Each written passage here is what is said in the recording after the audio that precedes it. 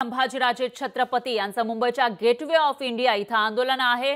पंतप्रधान मोदींनी जलपूजन केलेल्या शिवस्मारकाचा शोध ते घेणार आहेत। जलपूजन होऊन 8 वर्ष होऊन सुद्धा काम सुरू न झाल्यानं संभाजीराजे आक्रमक झाले आहेत। तर संभाजीराजे हजारो कार्यकर्त्यांसह पुण्यातून मुंबईसाठी रवाना झालेत।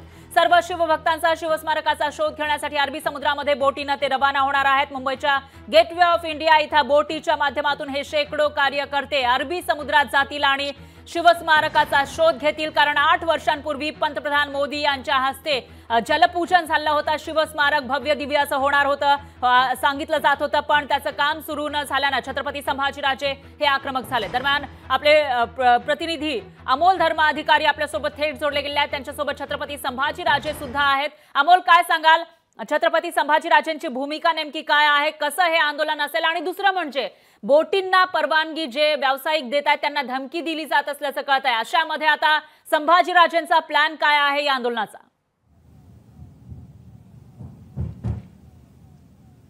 फरा काही वेळापूर्वीच छत्रपती संभाजीराजे यांच्या नेतृत्वाखाली शेकडो वाहनांमधून हजारो कार्यकर्ते मावळ्यांना घेऊन स्वतः संभाजीराजे हे मुंबईकडे निघालेले आहेत। आता आपण सुद्धा त्यांच्याच ताफ्यामध्ये आहोत आणि साधारण लोणावळ्यापर्यंत त्यांचा ताफा आहे तो सध्या पोहोचलेला आहे आणि अगदी काही वेळानंतर गेटवे ऑफ इंडिया येथे हजारो कार्यकर्त्यांना घेऊन संभाजीराजे हे अरबी समुद्रामध्ये पोहोचणार आहेत। त्याआधी स्वतः संभाजीराजे आपल्या सोबत आहेत।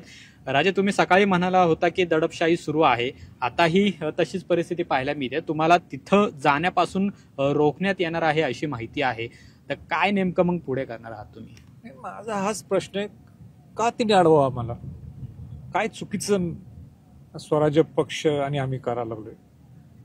घटनात्मक जो अधिकार आम्हाला मिळालेला आहे की जर काही चुकत असेल राज्यात आणि देशात तो विचारण्यासाठी, आज 2016ला पंतप्रधान नरेंद्र मोदीजींच्या हस्ते शिवाजी महाराजांचं अरबी समुद्रातलं भव्य स्मारकाचं जलपूजन झालं।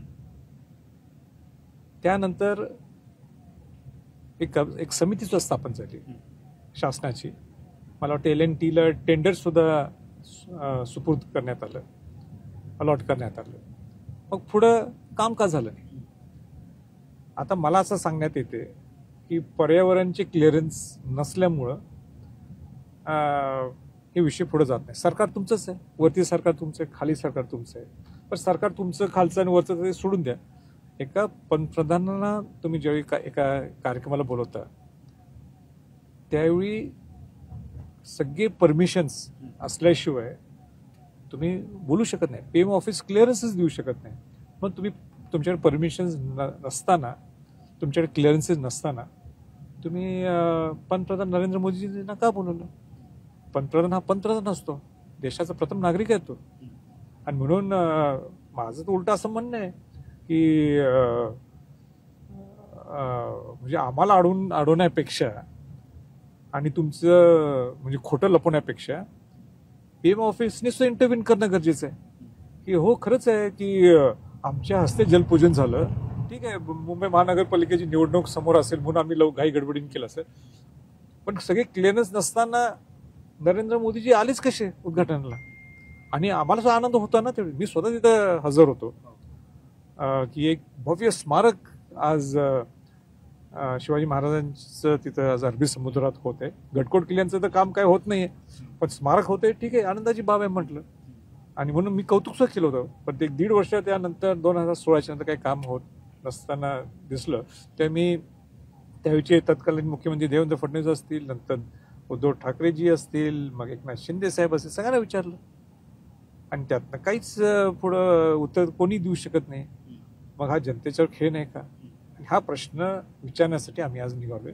आज मग त्यांनी दडपशाहीने आम्हाला थांबवत असतील तर हे काय, हे बरोबर आहे ना?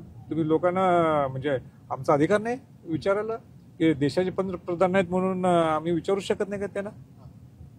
पण आता तुम्ही हजारो कार्यकर्ते घेऊन तिकडे निघालेला आहात। गेटवे ऑफ इंडिया पासून तुम्ही पुढे अरबी समुद्रात बोटीने जाणार आहात, तर तिथं सुद्धा एक सुरक्षेचा प्रश्न आहे आणि त्यामुळे पोलिसांचं म्हणणं आहे की तुम्ही अशा पद्धतीने समुद्राच्या त्या ठिकाणी जाऊ नये। हे बघा की कुठलाही कायदा आम्हाला हातात घ्यायचा नाही, नियमाच्या बाह्य आम्हाला कुठली गोष्ट करायची नाही। हे काय आंदोलन आहे, हे प्रतिकात्मक आंदोलन आहे। आम्हाला नुसतं जनतेला दाखवून द्यायचं की तिथं काही काम चालू नाही. आम्हाला स्वतः दुर्बीण घेऊन बघायचं आम्हाला काय काम चालू आहे. पण ज्या बोटीतनं आम्ही जाणार होतो त्या बोटीच्या लोकांना आमचं क्लिअर बोलणं झालं की जी तुम्हाला लाईन दिलेली आहे ह्याच्या पलीकडे तुम्ही जायचं नाही, त्याच्या पलीकडे आम्ही मुळीच जाणार नाही. तिथनंच आम्ही दुर्बीण घेऊन पाहणी करणार होतो. यात काही चुकीचं आहे का? 100 जणांची कॅपॅसिटी आहे बोटीची, तर आम्ही म्हटलं 100 तिकीट काढतो आम्ही जे काढलेले आहेत, तिथं 50 जणच जातील बोटीतून.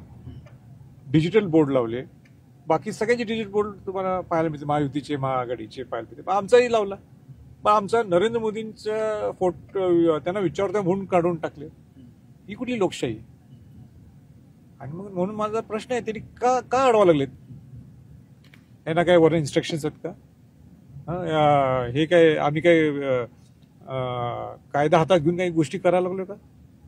म्हणजे आमचा जो अधिकार आहे तो सुद्धा मारून टाकायचा, मोडून काढायचा, हे कसं चालणार लोकशाही? लोकशाहीमध्ये हे चालणार नाही असं त्यांचं म्हणणं आहे आणि त्यामुळे कोणत्याही नियमांचं उल्लंघन न करता खरं तर सगळे आम्ही निघालेलो आहोत अशी त्यांनी भूमिका मांडलेली आहे. पण कोणत्याही परिस्थितीमध्ये अरबी समुद्रामध्ये जिथं नरेंद्र मोदी यांनी त्या शिवस्मारकाचं भूमिपूजन केलेलं होतं त्या परिसरामध्ये जाणार अशा या भूमिकेवर संभाजीराजे स्वतः ठाम आहेत आणि सध्या शेकडो वाहनांचा ताफा घेऊन हे मुंबईकडे निघालेले आहेत. आता लोणावळ्याच्या पुढे हा सगळा ताफा पोहोचलेला आहे. पण आता मुंबईच्या वेशीवर आल्यानंतर नेमकं काय होतं, पोलीस नेमकी काय भूमिका घेतात हे सुद्धा पाहणं महत्वाचं आहे.